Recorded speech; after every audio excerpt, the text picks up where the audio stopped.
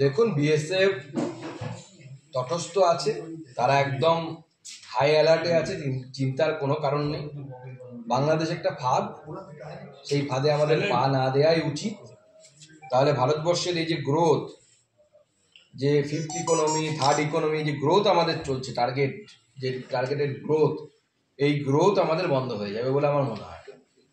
এবং ভারতবর্ষের স্বরাষ্ট্র মন্ত্রক, হোম মিনিস্ট্রি একদম পুঙ্খানুপুঙ্খভাবে সমস্ত বিষয়টির উপর নজর রাখছে।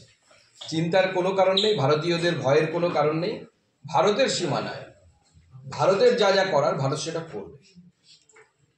তাতে কেউ বাধা দেওয়ার জন্য সাময়িকভাবে চেষ্টা করতে পারে। মালদাতে বাধা হয়েছিল, সেখানে আবার তার কাঁটাতারের বেড়া হয়ে গেছে।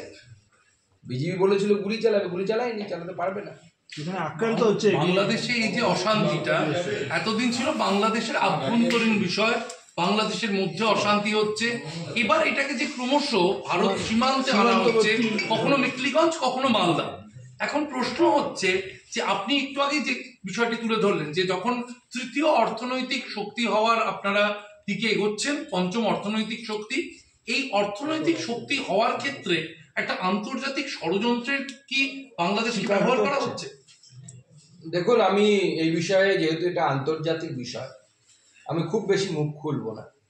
কিন্তু আমি যা বলার আমার বক্তব্যে বলেছি, এটা একটা ফাঁদ, এতে পা না দেওয়াই ভালো।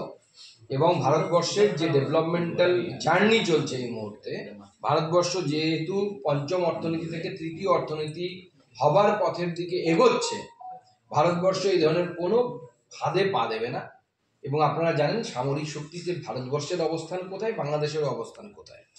কিন্তু স্বাভাবিকভাবে বাংলাদেশের কিছু মানুষ তারা এই ধরনের অশান্তি তৈরি করার চেষ্টা করছে, কিন্তু বেশি তাতে খুব একটা লাভ হবে না।